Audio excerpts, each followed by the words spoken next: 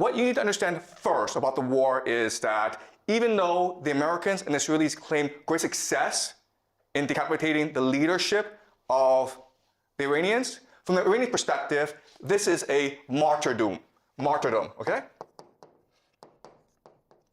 And so the religion of the Iranians is called Shia Muslim. And this is different from Sunni Muslim. So Sunnis are the majority. They're about 9% of all Muslims in the world. The Shia have always been the minority. And as such, they've always been persecuted.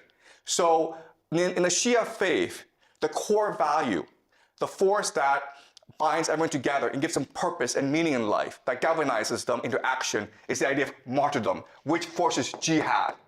You sacrifice yourself for your religion, sacrifice yourself for the common good. So think of the death of Khamenei as a sacrifice, a self-sacrifice, in order to motivate the Iranians in this war, okay? So that's the first thing you need to understand. That for the Iranians, this is not a geopolitical war. This is not an economic war. This is not a war of resistance. This is a jihad, okay? It's a war against the great Satan to avenge their leader. They will fight to the death, all right? That's number one. Number two is this. Also that morning, when the Ayatollah was killed, the Israelis struck a school in the south of Tehran, killing about 150 school children. These are girls in primary school. And again, there's a lot of debate and argument as to what happened. The Israelis said that, first of all, the school was next to a military base. We were targeting the military base. And second of all, it wasn't us which struck the school. It was a air defense missile that went off course, okay? And the Iranians insisted no. The Israelis purposefully attacked the school to kill the school children. And then you're like, why would the Israelis do that? But then these few years, well, we've seen what they've done in Gaza, in Palestine to the Palestinians. And it's pretty consistent what the Israelis have been doing, all right? So this action against the Israelis, it's meant to show to themselves and the world that we are now all in, okay? We've made the sacrifice. We are now committed to this war, to winning this war at all costs. And this action has also provoked the Iranian people to resist with their full might, okay? So I want you to keep this in mind. And again, we don't have complete evidence that it's the Israelis who did this, but given past actions from the Israelis, this is fairly consistent with what they've done. Okay? So we can assume that this is something the Israelis did. Why they did this, what the purpose is something we will discuss as we move on. Okay? It's very complicated. Next, I want to show you this. This is Dubai. And Dubai is considered one of the wealthiest, safest cities in the world. There are thousands, tens of thousands of Westerners who move to Dubai because it's clean, you don't pay any taxes, you make a lot of money, and there are great restaurants. And this is really the economic model of Dubai. It's one of the GCC countries, okay? The Gulf coastal countries. And for the longest time, Dubai had a really good deal because they were under the protection of the American military. So they didn't have to pay for defense. And then they were in the Middle East, which is the oil producing center of the world. And so they focus on aviation, they focus on logistics, they focus on finance, on tourism. They became extremely wealthy, right? I'm not sure if you've taken Emirates, one of the best airlines in the world. So their airport, Dubai Airport, is the busiest in the world. And Dubai, for the longest time, was flourishing under American protection. And Dubai said to the world, listen, we're like Switzerland, we're neutral. We don't want any involvement in any wars. We're here just to take care of our citizens, to make sure everyone has a good time, to make money. And then right after the war started, the Iranians attacked the GCC, okay? Dubai, Abu Dhabi, Bahrain, Qatar, Kuwait, they attacked these places. And these places were like, what's going on? We're neutral, man. We're not involved in this war. And the airport was shut down in Dubai. At one point, the rich people in Dubai were willing to pay about $250,000 US just to get on a plane and get out of there. Okay?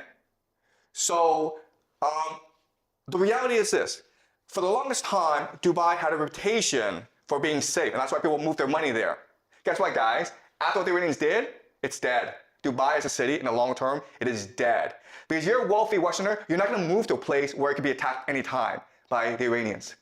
You might move to Singapore, you might move to Hong Kong, Japan, South America, but you're not moving to Dubai, okay? So the big question for us is, why did the Iranians do this? It was the Israelis and Americans who attacked you, why go after the GCC?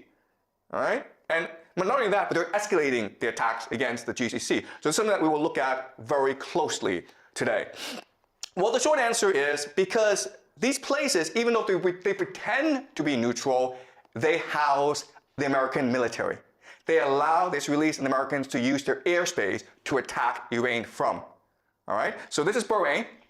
Now, Bahrain is interesting, okay? Because I want you guys to remember this. But Bahrain will probably be one of the major centers of this conflict. Because, first of all, this is the American Fifth Fleet. Right? This is their naval base in the Middle East. And as you can see, the Iranians are attacking it with missiles. And it's being blown up. Bahrain is interesting because it has about 50% or even more, okay, Shia, which is the religion of the Iranians. But the people in charge are the Sunnis. And so what makes this strike really important from our perspective is, first of all, not only are the Iranians attacking US military assets, not only are they destroying the economies of the GCC, but they're also trying to ignite a religious war, right? Because you're Shia, you're loyal to the Ayatollah. And if he's dead, then you must, as a religious obligation, now commit jihad against your enemies. And it's no different in other religions where, listen, if you want to kill the Pope, the Catholics would be really angry at you and they would want to kill you, right? So now you have the Shia who will probably eventually arise, creating a revolution in Bahrain, okay? So I think Bahrain will be the first to fall. Dubai will probably go bankrupt, okay? But in the long term, we can expect the entire GCC area, including Saudi Arabia, to eventually collapse, okay? And so this is something we'll use game theory to understand. All right, let's continue. So we will know how this war develops just based on geography, okay? So this is a map. And this map, even if you don't really know the war, even if you don't know the participants, even if you don't know the weaponry, this map will tell you exactly how this war will progress. All right, so some certain things to keep in mind about this map. This is what we call this area, okay? Really small, it's 33 kilometers wide, okay? People can swim across it. It's really, really narrow, okay? This small area, guys, it's called the Strait of Hormuz. All right? And it's important because it's really the center of the world. This one area is the nexus, the pivot of the world. Let me explain why. First of all, from the GCC, you have 20% of all the world's oil flowing through this narrow strait. Where does it go, guys? It goes to Asia, India, Pakistan, South Korea, China, Japan. India depends on 60% of its oil from this area. China depends on 40%. Japan, 75%.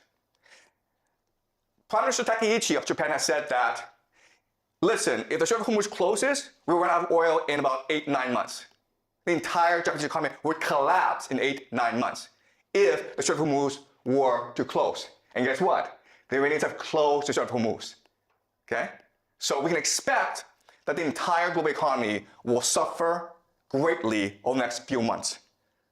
All right, so that's point number one. Point number two is, okay, so the GCC sends oil across the Strait of Hormuz, and what do they get back in return? Food, guys. All right, so people don't appreciate the GCC, but it is really the linchpin of the American empire. Because what is the American empire? The American empire is the petrodollar. All right? The idea of the petrodollar is this. The US dollar is worth nothing. It's only valuable if people want it. But the GCC says that if you want oil from us, you have to pay us in US dollars. Okay? Then that is the basis of the value of the US dollar. So, if the GCC collapses, the American economy and the American empire both collapse at the same time. The problem, though, is the GCC is an artificial construct of empire. It does not exist naturally. Why? Because there's no food, there's no oil, no water. Okay, guys? No food, no water. So these cities are able to grow in the millions because of all these petrodollars flowing in. If you close off the Strait of Hormuz, there's no food coming in, right? They're all going to starve. How much food does the GCC get from overseas? 80%. 80% of all the food it consumes comes from overseas, that it imports. It does not grow by itself, it imports. All right? So the Strait of Hormuz is really key. And again, the Iranians will close it in order to strangle the global economy and therefore bankrupt the American empire. All right? Second thing you will notice is these mountains. These mountains is what we call Iran. All right, this is Iran. This is GCC. Okay, this is not a fair matchup, right? Because these are mountains. And what can you do in mountains? Well, you can hide rocket bases. You can hide drone bases. You can hide missiles. And that's the entire Iranian offensive strategy, all right? From here, they can hide missiles and drones from which to attack the GCC. And what are they attacking? They're attacking three things, right? They're attacking American military bases. American military bases. That's number one. Okay? Is it possible for the Americans to defend against these attacks? The answer is no. It's not. It's the silliest thing in the world. You have all these bases in the Middle East, but you cannot defend them against the Iranians. That's kind of strange. Okay, but that's number one. Number two is oil and energy.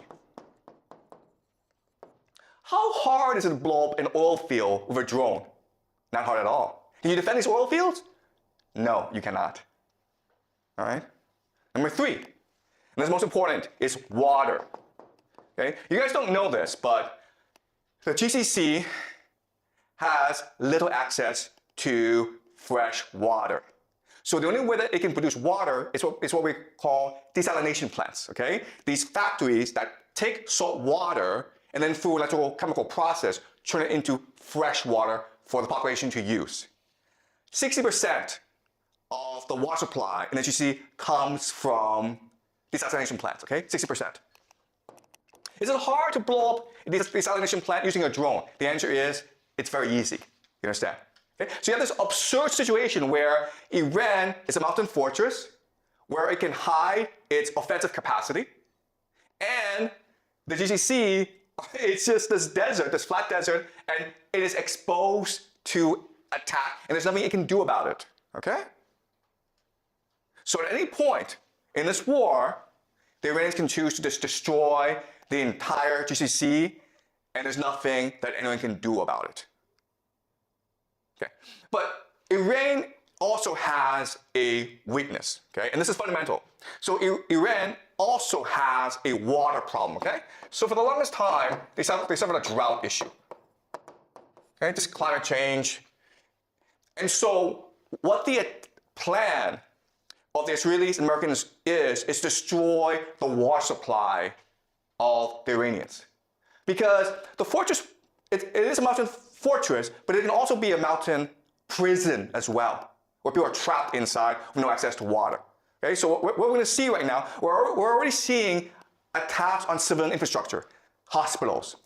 In the future, you'll see attacks on water supply, on dams, on reservoirs, on power plants. The point, the idea is to make Iran so inhabitable that the people will have to rebel against the people, or there'll be a refugee crisis in Iran. Okay? So as you can see from this map, this war, it is the end of the world. Okay? Both sides have the potential to destroy each other. And it's really a question of how far do they want to go. All right? We can also say this is almost a game of chicken. Okay? We can blow each other up. How far do you want to go? And the problem is this. The problem is that the Iranians are Shia, which believes in martyrdom. And you've killed the religious leader, the Ayatollah Khamenei. So they're willing to go very, very far. The GCC countries are Muslim, but they're materialistic. They love money. And also, most of the population are expatriates, foreigners. 90% of Dubai are foreigners. Guess what's going to happen if they suffer? They're going to run away. Okay? So this is not a fair matchup. The big question that people have is, first of all, are the Americans going to use ground troops? Because the only way that you can defeat Iran is by using ground troops, okay? That's a big question we will look at over the next few weeks. Will America send its army, 500,000, 2 million soldiers to topple the government? Okay, that's question number one. Question number two, nuclear weapons. If you're losing a war, would you choose to use nuclear weapons? Okay, that's another big question that we have, okay? Now, another big question that we have is who gets involved? Because this situation is so dire that Europe, okay, specifically Germany, France, and Britain are talking about entering this war. And guess what? If that happens, it is possible that Russia and China will also enter this war on the side of the Iranians. This is World War III, okay?